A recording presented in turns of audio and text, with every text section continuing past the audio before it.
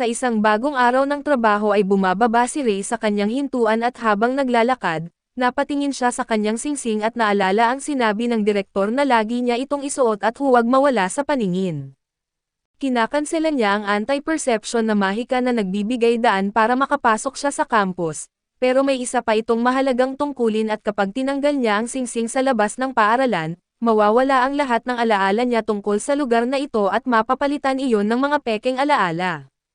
Binanggit na hindi dapat malaman ng mga tao ang tungkol sa lugar na ito, at kung sakaling tumigil siya sa pagtatrabaho sa paaralan ay kailangan niyang ibalik ang singsing at sa ganitong paraan ay makakalimot siya at magiging isang normal na tao. Pero kahit mawala ang alaala niya kapag tinanggal ang singsing ay maaari niya itong maibalik kapag nahawakan niya ulit ang mga iyon. Kaya pinayuhan siya ng direktor na ipaingat ang singsing sa isang guro at kunin na lang ito kapag kailangan. Bumalik tayo sa kasalukuyan at sinabi ni Ray na magsisimula siyang muli bilang guro sa Shiranoy School at pagdating sa paaralan, may narinig siyang sigaw at pumasok siya para tingnan pero sinisigawan siya ni Sui na manahimik.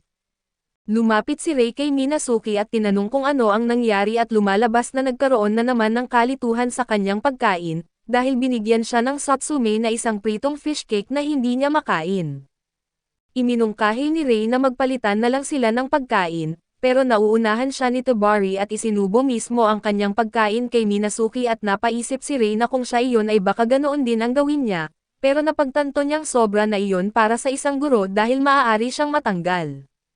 Binanggit din na magkakaiba ang tanghalian ng lahat at sinabi ni Isaki na binibigyan sila ng pagkaing pantao para masanay sila, pero ngayon ay paborito nilang pagkain ang ibinigay para hindi sila ma-stress at para kay Ray. May punto ito dahil magiging kakaiba ang pagkain ng mga tao para sa kanila. Halimbawa si Minazuki ay kumakain lang ng damong dagat at iniiwasan ang isda, si Yusami ay puro carrot lang at si Saki ay maraming karne at si Aneda naman ang pinaka-normal dahil isa siyang ibong omnivore. Dahil dito ay naintriga si Ray at tinanong kung hindi ba apektado si Neda sa pagkain ng itlog at sumagot ito na hindi dahil hindi naman siya manok. Pinili na lang ni Ray na huwag na itong isipin at sinabi kung gaano kahirap maghanda ng iba't ibang pagkain para sa napakaraming species, bagamat hindi naman pwedeng maglamangan sila dahil sila ay mga humanoid at nagbiro pa si Sami na papatulan niya si Ogami kung maisipan nitong kainin siya. Dahil sa lahat ng ito ay napagtanto ni Ray na marami pa siyang dapat matutunan, maya-maya ay tinanong siya ni Aneda kung may oras siya pagkatapos kumain dahil may physical education sila at pwede siyang matuto pa tungkol sa kanila sa gym at doon ay pumayag si Ray. Dito na nagsimula ang klase ng physical education at ipagpapatuloy nila ngayon ang sayaw na naiwan nila at unang sumayaw si Yusami, kasunod si Ogami at pagkatapos si Aneda at huli si Minazuki subalit si Minazuki ay mas mukhang naglalaro lang, kahit halatang ine-enjoy niya ito at nagpapasalamat na napansin siya. Nagpasalamat ang guro sa kanilang pakikilahok at sa kasiyahang ipinakita nila, at sinabi na kung makokontrol niya ang ritmo at posture ay mas gagaling pa siya, sinabi ni Minazuki na isasaalang-alang niya iyon. Biglang nagkaproblema ang guro sa radyo kaya't hiniling niya sa ating bida na magbantay muna sa mga babae habang kukuha siya ng pamalit, pumayag si Ray at umalis ang guro at sinabing sandali lang siya, habang pinagmamasdan ng ating bida ang magandang relax. Maya-maya ay narinig niya ang pagtatalo ng mga babae at binanggit ni Soi kay Kyoka na napakahina nitong sumayaw, humingi ng paumanhin ang asol na buhok na babae at sinabing nadala lang siya ng emosyon, ngunit iginiit ng kuneho na napakasama pa rin ng sayaw niya kahit sinasabi nitong mahal na mahal niya ang pagsasayaw. Nilinaw niyang wala talaga siyang talento rito at hindi niya ito maaayos kahit maging tao pa siya. Nakialam si Ray at sinabing huwag magsalita ng ganoon ngunit ipinaliwanag ni Sui na iyon ang katotohanan, dahil mas madali sana ang lahat kung sapat na ang simpleng pagnanais. Magsasalita pa sana ang guro pero sinabi ni Kyoka na huwag na siyang mag-alala dahil ganoon din ang tingin niya sa sarili dahil sa alam niyang napakapangit talaga niyang sumayaw, gayunman ay sigurado siyang wala nang mas mahilig sumayaw kaysa sa kanya, at isinapanganib pa niya ang lahat para makapasok sa paaralang iyon. Kaya para sa kanya at totoo ang kanyang determinasyon at ipapakita niyang sapat ang kagustuhan para magtagumpay, nainis si Sui sa ugaling iyon at sinabing hindi siya nadidismaya dahil matagal na siyang sumuko, at mayabang lang ang asal ni Kyoka. Sumagot si Kyoka na mas nangingibabaw lang talaga ang kagustuhan niyang matuto kaysa sa kanyang pagkadismaya, Giit ni Soy na hindi iyon totoo at hindi siya nasasaktan dahil minamaliit niya ang iba at mariing itinanggi ito ni Kyoka. Hinawakan niya ang kamay ni Soy at ipinahayag na kamangha-mangha siya at marami siyang natutunan mula rito, dahil palagi itong naghahangad ng perpekto na may malalaking pangarap at laging gustong pagbutihin ang mga bagay, mga katangiang lubos niyang nirerespeto at nang marinig ito ay namula si Soy at sinisigawan siyang tumahimik. Pagkatapos ng mga klase ay nakasalubong ni Rei si Kyoka sa pasilyo at humingi siya ng sandali para makausap ito, pumayag siya at doon nakita ng ating bida kung gaano siya kahanga-hanga, dahil perpekto ang naging sagot niya. Sa kabila ng matitinding puna ni Soy ay ipinaalam ni Kyoka na isa siyang mabuting guro, binanggit niya ang isang linya sa English na sana ay tama ang bigkas niya na tomorrow is another day, at idinagdag na gusto lang niyang magpatuloy bilang isang taong maaari niyang ipagmalaki. Nakilala ng ating bida ang linyang iyon na tumutukoy sa Gone with the Wind, ikinwento ni Kyoka na may panahon sa kanyang buhay na kinamuhian niya ang sarili, dahil sa matinding pressure mula sa kanyang napakahigpit na pagpapalaki. Tinanong niya ang ating bida kung kilala nito si Poseidon at sumagot ang bida na oo, at sinabing kilala ito bilang Diyos ng dagat na sikat sa maraming video game at inihayag ni Kyoka na siya ay inapo ni Poseidon, at bilang kanyang tagapagmana na inaasahan na siya ang magiging tagapangalaga ng dagat. Kaya naman tutol na tutol ang kanyang mga magulang sa kagustuhan niyang maging tao, ngunit nagbago ang kanyang buhay sa isang napakahalagang araw at isang gabi, nang umaahon siya sa ibabaw ng dagat ay nasaksihan niya ang pagsasayaw ng mga tao sa isang barko. Lubos siyang nabighani rito at ang dating madilim niyang mga araw ay napuno ng kulay at sa wakas, nakahanap siya ng dahilan para mabuhay at dahil dito ay handa siyang isusugal ang lahat dahil kung hindi niya magagawang maging tao, mas pipiliin pa niyang mawala. Gayunman iyon pala ay isang patakaran at tinanong siya ni Rei kung ano ang ibig niyang sabihin at ipinaliwanag ni Kyoka na mula pa noon, ang mga sirenang nagnanais maging tao ay nagiging bula ng dagat kapag hindi nila ito nagawa sa loob ng itinakdang panahon. Tinanong pa siya ni Rei tungkol dito ngunit sinabi ni Kyoka na hindi niya maaaring ipaliwanag ang lahat, gayunpaman ay hiniling niyang huwag siyang alalahanin dahil sigurado siyang magiging tao siya at kahit hindi man niya makamit iyon, magiging kontento pa rin siya. Inulit niya ang parehong linya at sinabing ang araw na iyon ay magdadala ng isang bagong siya kaya't naman sisikapin niyang lubos na pahalagahan ang kasalukuyan, at hindi lamang sa pagsasayaw dahil araw-araw ay mas marami pa siyang nagugustuhan sa mundo ng mga tao. Kaya gagawin niya ang lahat para manatili sa mundo ng mga tao kasama ang pagkakaroon ng sariling mga binti, kinilala ng ating bida na isa siyang matatag na tao at buong ipagmamalaki namang sinabi ni Kyoka na syempre at bilang tugon, ipinangako ni Rei na maghihintay siya sa araw na makikita niya itong sumasayaw.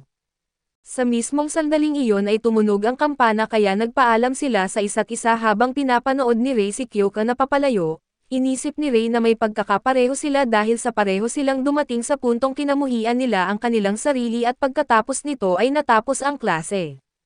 Gayunpaman ay humiling si Isaki ng sandali dahil may mahalaga siyang gustong sabihin, pero hindi niya alam kung paano ito ipapahayag at baka isipin ni Rei na kakaiba siya at ipinaliwanag ni Rei na hinding-hindi niya iyon iisipin at hinikayat siyang magsalita.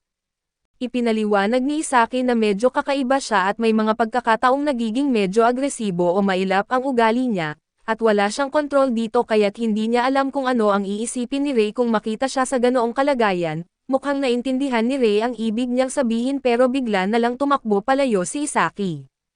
Maya-maya ay lumapit si Aneda kay Rei at tinanong kung may iniisip ba siyang kabastusan o kung gusto niya si Isaki. Nagpantasya si Kyoka tungkol sa relasyon ng tao at hindi tao na para sa kanya ay napakaromantiko, pero binalaan niya si Rei na huwag siyang magkamali ng isip.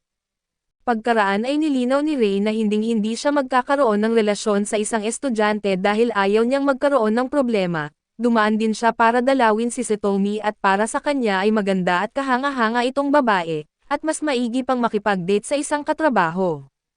Napansin ni Setomi na naroon si Rei at binigyan siya ng mga biskwit na siya mismo ang gumawa. Natuwa si Rei at napaisip kung gusto ba siya ni Setomi kaso ipinaliwanag nito na ginawa niya ang mga iyon para sa isang eksperimento sa klase sa agham, dahil ang agham ang pundasyon ng pagluluto.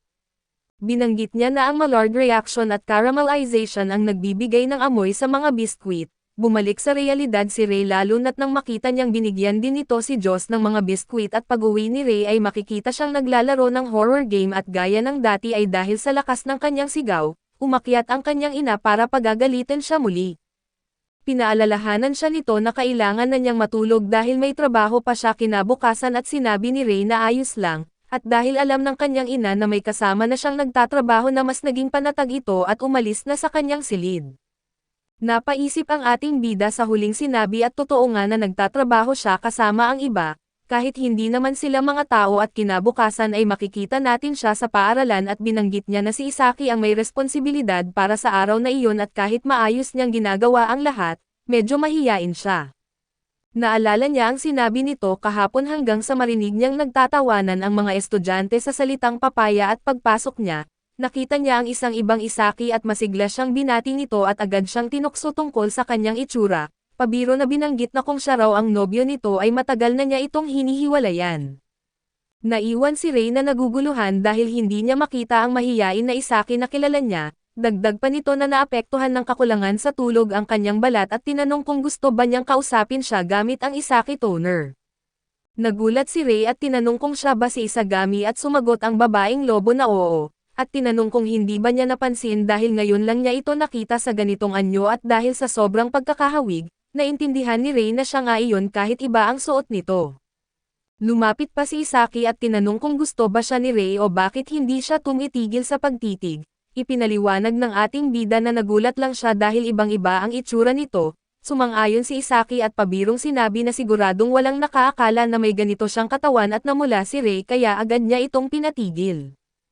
Tinanong niya kung bakit bigla itong nagbago at ipinaliwanag ng mga babae na isa siyang babaeng lobo at kapag may kabilugan ng buwan, nagbabago ang kanyang personalidad na tinatawag niyang mga hati-hati na personalidad.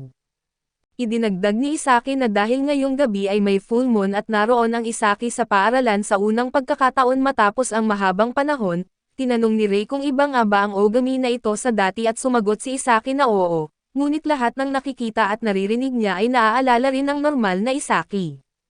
Kaya maaalaala rin ng normal na Isaki ang lahat ng makikita at maririnig ng kasalukuyang Isaki at dahil dito, pinaalalahanan niya si Ray na huwag subukang gumawa ng kahit anong kakaiba sa kanya at medyo nalito ang ating bida, dahil tinutukoy niya ang sarili sa ikatlong panauhan.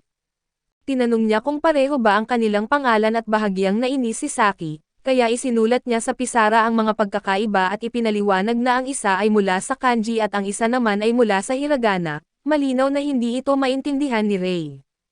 Pagdating ng oras ng pahinga ay lumapit si Isaki at tinanong kung alin sa dalawang lipstick niya ang mas maganda. Nagtaka si Ray dahil para sa kanya ay pareho lang ang kulay at ipinaliwanag ni Isaki na ang isa ay coral pink at ang isa naman ay floral pink.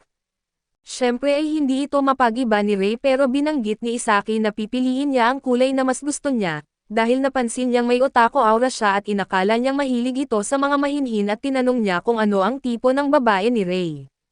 Sinimulan ni Ray ilarawan ang ideal niyang babae at nagtapos sa pagsasabing gusto niya ang mahinhin. Naisip ni Isaki na masyadong detalyado ang sagot niya at dahil dito ay inakala ng mga babae na may gusto si Ray sa isang tao at pinilit siyang sabihin kung sino iyon, pero umiwas siya sa sagot.